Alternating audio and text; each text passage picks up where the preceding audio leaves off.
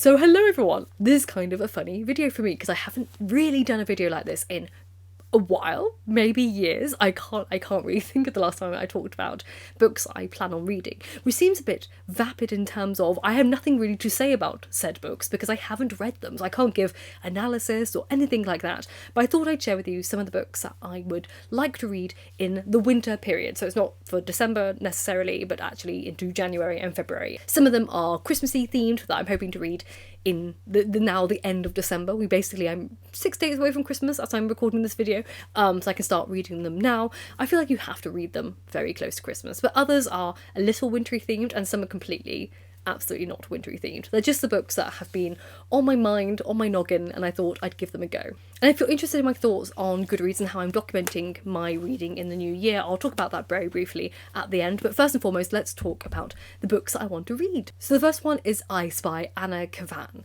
And this was a book that was recommended to me many years ago by a fellow bookseller who I used to work with a decade ago back in my hometown of Birmingham, in my old bookshop. Well, technically not my old bookshop at all. We used to work in a bookshop that no longer exists, and sadly, so they're in a new bookshop. But he recommended this to me, and as Cinzia fashion, it will be years before I ever get to a book that you recommend to me, because I keep it on my list and I don't go towards it, because I avoid books that are recommended to me on purpose, which is why I'm also a terrible book club person, because I never want to read what everyone's reading at that time. I'm a real mood reader, so it's never... I basically read the first 50 pages and just abandon ship most of the time with book club books, primarily because also I don't like any of them. Anyway, the Ice. From what I understand, this is a science fiction dystopian novella where we have a narrator and a man known as the Warden, both of whom are in search for a girl in this frozen post-nuclear apocalyptic landscape where great walls of ice overrule everywhere. I don't know much more than that, as you can tell I haven't read it, but this is sort of more post-Christmassy, and if I'm feeling rather melancholic, if I'm feeling a little bit more sullen. But I remember him going crazy about this book and forcing me to buy it there and then, and I didn't. I waited a few more years, but I remembered, because again, I'm one of those typical people. The other one is brand new. I saw it in the bookshop the other day and I thought, I'm going to get it for Christmas, and it's Dylan Thomas's a Children's Christmas in Wales. And obviously a Children's Christmas in Wales isn't this whole length. This is a collection of short stories titled after the most beloved short story, which originally emerged, I believe, as a piece of radio show, and I think he performed it in 1952. But the story, of the titular story as it were, is an anecdotal retelling of Christmas from the view of a young child, and it's a very romanticised version of Christmases that have gone past, portraying a nostalgic, simpler time, which is deeply ironic because his idea of a simpler time is our idea of an even more simpler time, but his time is a more simpler time. It's sort of very meta. Penguin describes this whole collection as bittersweet. So we'll see what I'm in for when I read them. I'm not entirely sure if the entirety of this book is Christmas themed. They don't seem to be, but then again, maybe. There's titles like Holiday Memory and A Visit to Grandpa's, but then also The Peaches. I don't think peaches are in season this year, so perhaps they're more holiday themed or emotional, but we'll find out when I read them. But first, have you ever wished that you could learn directly from some of the best in the world? Well, today's sponsor, Masterclass, has your wish granted, just in time for Christmas and New Year. Masterclass has unlimited access to over 200 classes taught by experts in everything from writing and business to cooking, science and wellness, all for just $10 a month, billed annually. Now, I'm not much of a fiction writer, even though I love reading it, but as you know, I recently received a copy of Margaret Atwood's Somewhat memoir, and I decided to take her class on writing to hear from the legend herself. I'm always interested in how creative minds work as someone who is self-admittedly not creatively minded, so gaining advice from an author such as her feels like a real privilege. And what's great is I'm an auditory learner first and foremost, and lucky for me, Masterclass has an audio-only mode that lets me listen to the class just like a podcast. Masterclass lets you stream their classes anytime, anywhere, at your own pace, and if you're offline, you can download select classes to watch later. New classes drop every month, so there's always something new to explore. So whether you've got 10 minutes or an entire afternoon, you can turn spare moments into progress and swap mindless scrolling for something that actually helps you grow. And during the holiday season, you can get up to 50% off an annual Masterclass subscription. So just click the link in the video description down below or scan the QR code that's on the screen so they'll know that I sent you. Learn from the world's best to become your best with Masterclass. And obviously you have to read something Christmassy. I was debating between this and A Christmas Carol. I read it every few years, A Christmas Carol. I decided this one instead. It is the Penguin book of Christmas stories that's edited by Jessica Harrison. This is a collection apparently of magical, moving, chilly and surprising Christmas stories from around the world. And they take us to like Nordic woods, to glittering Paris and New York, and the English countryside, which obviously means that there's a wealth of different writers and classic tales. I believe we have Dylan Thomas in here as well, maybe a repeat of some stories, I'll find out the hard way. But we also have Truman Capote, Shirley Jackson, Saki, Chekhov, as well as Italo Calvino's, where it really kind of comments on Christmas consumerism, which is a tale I'll enjoy reading very greatly. And lots of translated fiction, I believe. We got German stories, Swedish stories. They put it Hans Christian Andersen to Angela Carter, but I think there's some more unique tales like Calvino. And now we're going on to the not Christmassy books that are on my radar.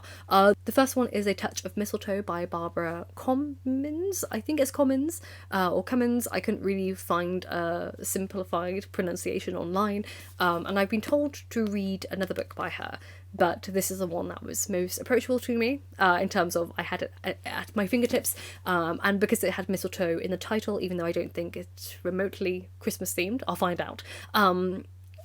That's why I chose this one. So I believe it's about two sisters. We have Victoria and Blanche, and it's sort of a coming of age story. They grow up in their grandfather's house in Warwickshire, and it's a very secluded existence. Their mother is sadly a widow, a war widow, and she sort of turns to drink to cope with her grief.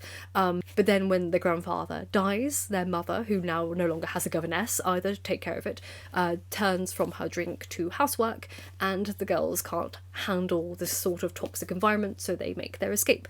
And Blanche goes off to train as a model in an institution in London, and Vicky wants to study art, but from what I can see from the blurb, she ends up in Holland, taking care of bull terriers.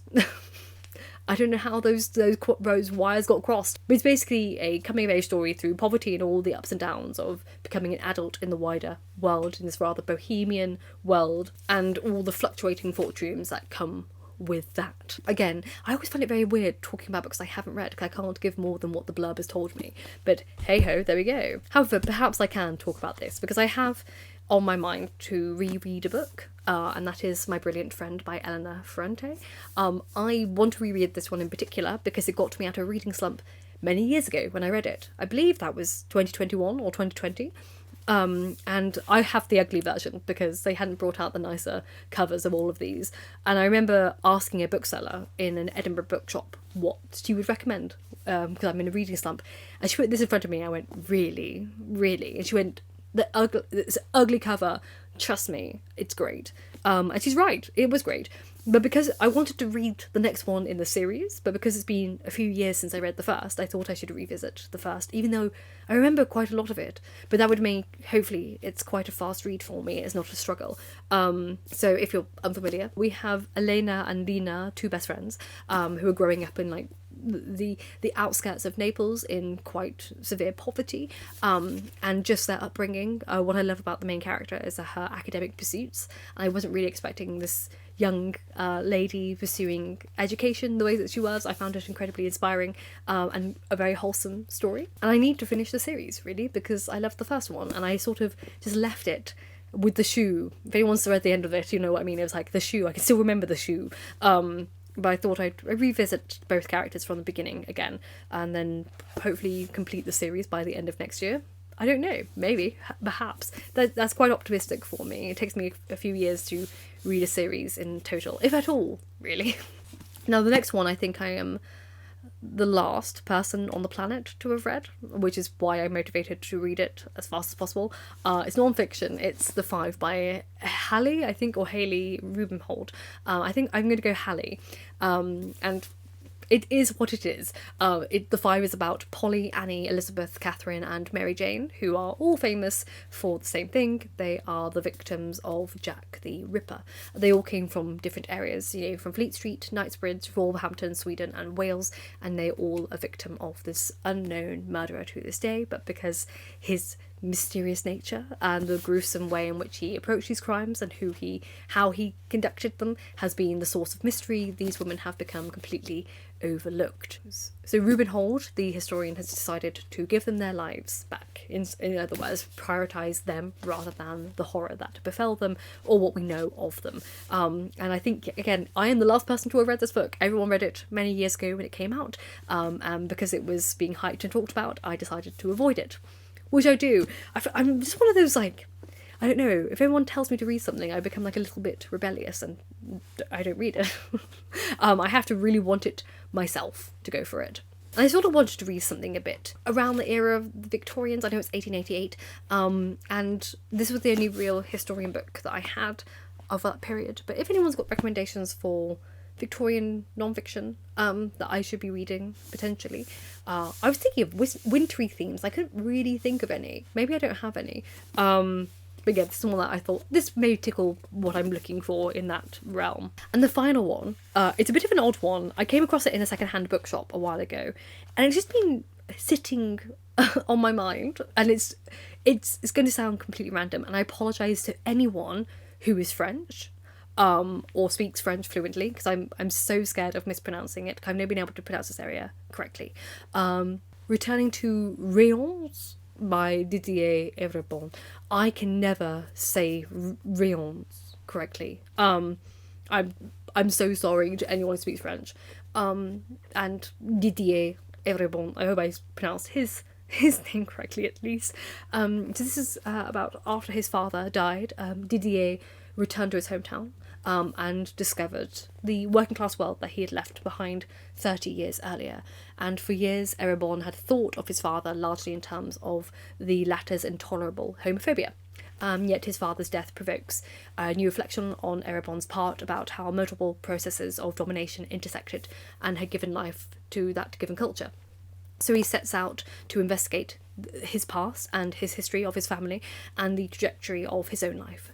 And this story, or rather this biography as it were, sort of weaves together the reflections of the class system of France, and the role of the educational system and class identity, and the way both sexual identities are formed and both classes are formed, and the history of French politics, the shifting patterns in the working classes and voting patterns, etc.